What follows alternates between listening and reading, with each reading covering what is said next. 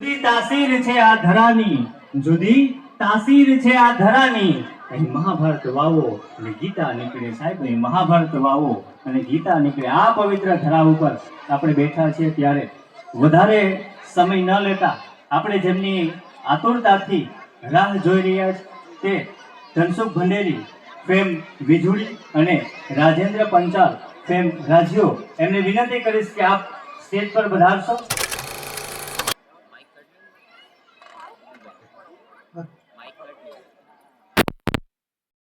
બીજો અવાજ નો આવે. કેમ છો બધા? મજામાં ને? તો જે પુરુષાર્થ સ્કૂલ અને પાઠક સ્કૂલનો જે આ કાર્યક્રમ છે, ભવતુ ભવ્ય ભારતમ, સરસ મજાનું આયોજન છે. અને આ આયોજનની વિશેષતા એ છે કે આપણા આખા ભારતનું દર્શન કરવાનું છે. એટલે જે શિક્ષકોએ જે આ પ્રયાસ કર્યો છે અદ્ભુત છે. અમને જોઈ અને ખૂબ આનંદ થયો. એટલે અમે યુટ્યુબ ની અંદર કામ કરીએ છીએ. અમારી ચેનલનું નામ છે વન મીડિયા એન્ટરટેનમેન્ટ. એમાં હું રાજ્યો એટલે કે રાજેન્દ્ર પંચાલ, મારી સાથે છે વીજળી એટલે કે ધનસુખ ભંડેરી. વીજળીને કેટલા ઓળખે છે? આમ જો કેવડી માર્કેટ છે તારી.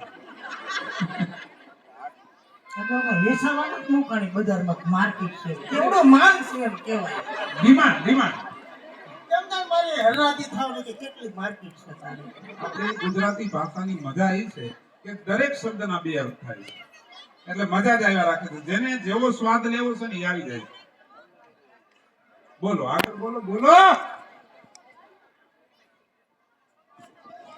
આમાં અમારા એટલે કે વીજળીના વિડિયો જોતા હોય એકવાર ઊંચો હાથ કરો. હવે ખાસ કરીને બહેનો માટે બીજો એક પ્રશ્ન છે, ટીવીમાં સિરિયલ કેટલા જોવો છો? એ પણ ઊંચા હાથ કરો. બરોબર. અમારા વિડીયોમાં તો ક્યાંક ને ક્યાંક તમને મેસેજ કે મનોરંજન મળે છે, પણ ટીવીની અમુક સિરિયલમાં તમને શું શીખવા મળે છે?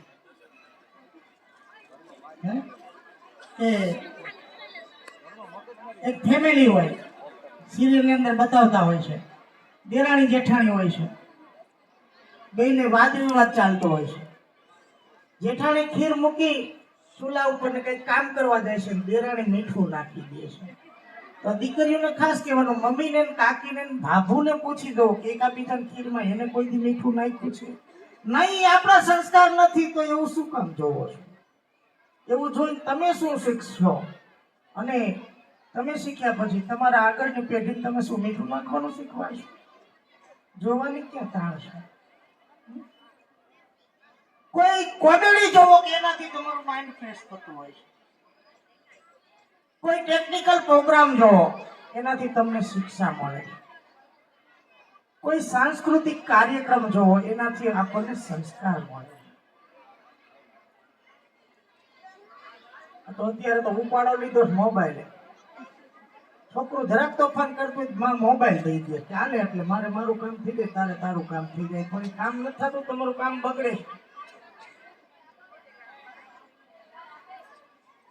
એટલે વીજળીએ જે વાત કરી કે જે વિદેશની જે સંસ્કૃતિ છે એનાથી આપણે બચવાનું છે. આ સોશિયલ મીડિયા ક્યાંક ને ક્યાંક આપણી સંસ્કૃતિ, આપણી જે ધરોહર છે, આપણા જે પૂર્વજોની જે મીઠી વાતો છે એને ક્યાંક ને ક્યાંક દબાવવાની કોશિશ કરે છે. એટલે મહેરબાની કરી અને આપણી ગુજરાતી ભાષા છે, ગુજરાતી જે ભાષા છે એને ક્યાંય છોડાય નહીં, એ માવતરને ખાસ ધ્યાન રાખવાનું. એટલે મજા આવે છે. એક નાનો એવો જોક્સ કહી દઉં. અમે એકવાર સાહેબ કાર્યક્રમમાં ગયા, ગવર્મેન્ટનો કાર્યક્રમ, અને અમે બંને કોમેડી કરીએ, એકબીજાને વળકા ભરી ખૂબ દાંત કઢાવવાના કોશિશ કરી, પણ કોઈ દાંત કાઢે નહીં. પછી મેં એક આયોજકને કીધું આટલી બધી અમે મહેનત કરી છે, કોઈ હસતું કેમ નથી? એટલે આયોજક કે તમે ઉપાધિ કરોમાં, તમને તમારા પૈસા મળી જાય, આ બધા બેરા મૂંગા છે. એટલે એવા કાર્યક્રમમાં જવા કરતા આ કાર્યક્રમમાં મજા આવે છે, કેમ કે નાનો એવો પોઈન્ટ આવે છે તો તમે હસી અને અમને દાદ આપો છો. હવે અમે એક અમારો કોમેડી ડ્રામો રજૂ કરશું એ ડ્રામાની અંદર તમારે ખાસ ધ્યાન આપવાનું છે કે અમારી વાતની અંદર તમને અમે શું મેસેજ આપવા માંગીએ છીએ. આ સ્કૂલનું ફંક્શન છે, સ્કૂલના કાર્યક્રમમાં આવ્યા છે એટલે સ્કૂલ ઉપરથી આખો એક સબ્જેક્ટ છે કે સ્કૂલનો કેટલો વાંક છે અને વાલીઓનો કેટલો વાંક છે.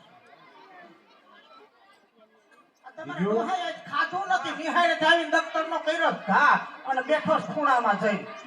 આ તમારા બધાનો આ જ વાંક. ઘડીક છોકરો ન ખાય એટલે સીધું મોઢું ચડાવવાનું. એને ભૂખ ન લાગી હોય એ હાજે ખાઈ લે. ભૂખ તો લાગી જ છે. રીંગણાનું શાક કર્યું છે એમાં નો ખાધું, તમારી માં 50 રૂપિયા નોટ લઈને ધોઈડી. તને રીંગણાનું શાક નો ભાવતું તો હાલે મારો દીકરો 50 રૂપિયા નાસ્તો કરી કે કુરકુરિયા ખાય. તમારી માએ લાડ કરી કરીને બગાડ્યો છોકરાને. જો મારી માં છે ને એની દાદી છે અને દુનિયાની એક કહેવત વ્યાજ વધારે વાળું હોય. પણ વ્યાજ વેડફાઈ જાય ને ઈ ખોટું છે. આ ડોહું વેડફાઈ છે વ્યાજ. આ છોકરો બગડે છે. માને કહી દ્યો થોડીક મમતા ઓછી રાખે. લે બોલ, ડોહી માં છોકરાને વાલ કરે છે એમાં તને શું આટલી તકલીફ? કોણ તમારો ડોહો બગડે છે? નકરું રીંગણાનું શાક ડીશમાં નહોતું, સંભારો હતો, દાળ હતી, ભાત હતા, સાઈડમાં હાંજના વઘારેલા ભાતે મેં ગરમ કરીને મૂક્યા હતા, રોટલી હતી, છાશ હતી, પાપડ હતો. નાના રીંગણાનું શાક નો ભાવે તો ડીશમાં ઘણી વાનગી હતી. એને સમજાવવો જોઈએ. તમારી માને એમ કહ્યું છે બેટા આટલી બધી વસ્તુ છે, એક વસ્તુ નથી ભાવતી તો એને મૂકી દે, બીજું ખાઈ લે.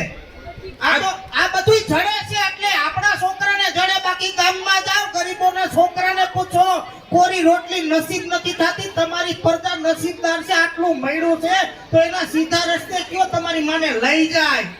આજ વાંધો છે, આજ વાંધો છે મને. છોકરો ભણવા જાય ને હું કેટલી જાતના નાસ્તા લઈ આવું છું મોંઘા, અને આ એના ભાગના ડબ્બામાં રોટલીનો કટકો, મગ, દાળ, ભાત. આ શું છે બધું? આપણો છોકરો બીમાર પડ્યો કોઈ દી શું કામ નથી પડતો? ધન્યવાદ આપો સ્કૂલના સાહેબોને કે ઈ મેનુ આપે છે કે તમારા છોકરાને બહારનો નાસ્તો લઈને ડબ્બામાં ન મોકલતા. માત્ર ને માત્ર ઘરનું જ આપણો શું કામ? કે ઘરનું ખાવાથી છે ને છોકરાના શરીર હારા રહે છે, બીમાર નથી પડતા. એટલે હું આ બધું આપું છું. સાહેબો ખોટા નથી, પણ તમારા જેવા માવતર જ બગાડે છે. હા, તું બધાયનું ઉપરાણું લીધા રાખ. નકર સાહેબને કે ને એની ઘરેથી નાસ્તો દેવો છે, ત્યો જ ટમાટો હાન ગુલાબ જાંબુ ભલે સેડા તાણતો. આ તો સાહેબો ટીચર ડબ્બામાં લખીને આપે છે કે આટલું જ આપતો, એનાથી છોકરાની તબિયત બગડે નહીં. ટીચરના શિક્ષકોના વખાણ કરે રાખ. છોકરો હાવ મારો બગડી ગયો છે, કેવા ભાઈબંધો આરે રખડે છે. ઈ સ્કૂલમાંથી ભાઈબંધ કર્યા છે. તમારો ડોહો ઘરમાં આવીને દફતરનો ઘા કરીને આખો દી વઈ જાય શેરીમાં રમવા.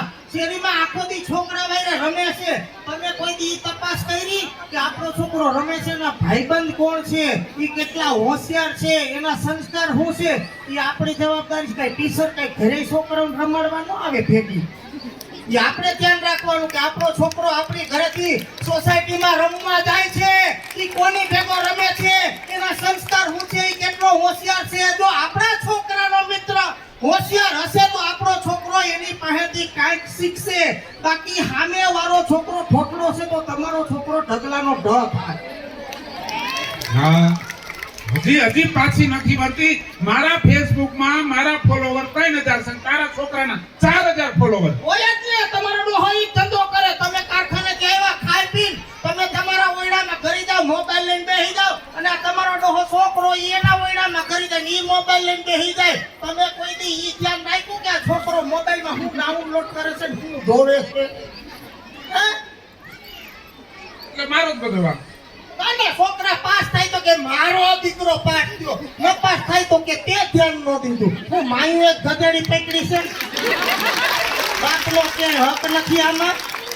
કાંઈ વાંધો નહીં. પાછા કેવું કમાવા દો. હું માનત કામ કરતી ઘરમાં માનને નોકરી દે, તું નોકરી આવી જાય, હું નોકરી આવી જાવ, ખબર પડે. કાંઈ વાંધો નહીં. કાલે રિઝલ્ટ આવ્યું, કેટલા ટકા મારા છોકરાને આવ્યા ઈ કે તું મને. અરે ખમો નકર હોજા સડી દા. મારા છોકરાને ટકાવારીમાં કેટલા ટકા આવ્યા એમ કહું છું. ખમો સાંભળશો હોજા સડી દા. હે નથી કઈ હારા વાત ભાઈ. અવારનવાર સ્કૂલેથી મેસેજ આવે વાલી મીટિંગ છે, તમે મને એકલી ઢહડી મોકલો છો. તું જા મારે કામે ગાવું. કેમ વાલી મીટિંગમાં તમે કોઈ દી આવ્યા કોઈ દી? નવરો હોય કાઢવી પડે, નવરાય કાઢવી પડે, નકર તમારો ડોહો મોટો થાય હાવ નવરા કરતે. અટાણે નવરા નહીં, તમે નવરાઈ નહીં કાઢો ને ટાઈમ નહીં કાઢો ને તો મોટો થાય ને હાવ નવરા કરી દે. કેટલાય નવરા થઈ ગયા. બીજી લફતરમાં તું મને રિઝલ્ટ કે કેટલા ટકા આવ્યા ઈ કે તું મને. હું ઘણી વાર કહું કે સાહેબનો ફોન આવ્યો, છોકરો તમારો અભણ છે, છોકરો તમારો બરોબર લેસન નથી કરતો, છોકરાના બરોબર રાઇટિંગ સારા નથી. કીધું તું ને પણ હું છે તમારો ડોહો છોકરો ગુજરાતીમાં લખે, આપને એમ લાગે છે કર્ણાટકની ભાષામાં આન્સર છે. હમણાં તો બહુ વખાણ કરતા હતા ગુજરાતની સંસ્કૃતિ, આપણા ઘરમાંથી કેમ નથી આવતી. મારે હવે કઈ સાંભળવું નથી. મારે નોકરીનો ટાઈમ થઈ ગયો છે. મને તું રિઝલ્ટ કે એટલે મને ખબર પડે મારા છોકરાનું શું કરવું. નપાસ થયો ડોહો એટલે નથી ખાતું. છોકરો નપાસ થયો થયો બધોય વાંક શિક્ષકોનો છે. કેટલી ફી ભરું છું, કેટલી ફી ભરું છું, એની જવાબદારી છે મારા છોકરાને હોશિયાર બનાવવાનો. તમે એક ભરો, આ બધા નહીં ભરતા હોય. હે હે સાહેબની જવાબદારી છે, સ્કૂલની જવાબદારી, કેટલી જવાબદારી લે. હે તમારા છોકરાને પૈણાવી દે ત્યાં સુધી નહીં લે. હે એ પૈણીને હોવે આવી જાય ને એના ખોરા પર સુધીની જવાબદારી સ્કૂલ વાળા લે. હે ઈ એની જવાબદારી રાખે જ છે. જરા કે છોકરામાં વાંક હોય તરત મેસેજ નાખે છે, તરત લેટર આપે છે, તરત ફોન કરે છે. તમે કોઈ દી ફોનમાં જવાબ દીધો? આ મેડમ નો ફોન કઈ વાર આવ્યો તો પપ્પાએ વાત કરવી, તમે શું કીધું? હું નથી નવરો, તું વાત કર લે. ન્યા ટ્યુશન ને કાઈ નો છોકરાની રાવ કરવી હોય, જવાબ દીધો એકેય વાર વાલી મીટિંગ માં ગયા, એકેય વાર તમારા છોકરાનું લેસન તપાઈશું. તમારે તો અઠવાડિયામાં 3 વાર તો ટ્યુશન નથી જતો, એકેય વાર કીધું ટ્યુશન માં જા.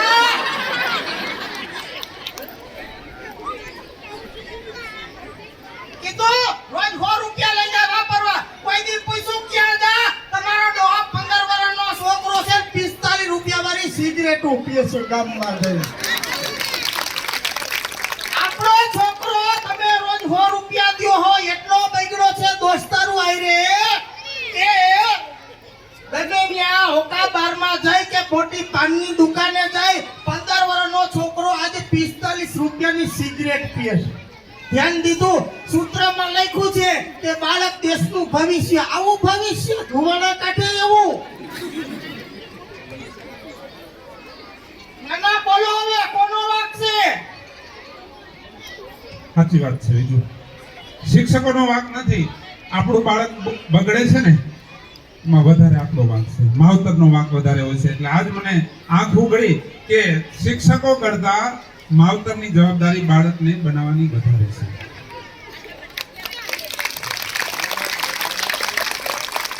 આ હતો અમારા કોમેડી પંચની અંદર સ્કૂલના માધ્યમ સુધી તમારા માઇન્ડને પહોંચાડવા કે તમારા ઘરમાં કોઈ પણ બાળકનું આવું વર્તન હોય તો ખાસ ધ્યાન દેજો. અને છોકરાઓના બાપને તો ખાસ બે હાથ જોડી નમ્ર વિનંતી કરું છું બાપા કે કઈ એક વાલી મીટિંગમાં જાજો.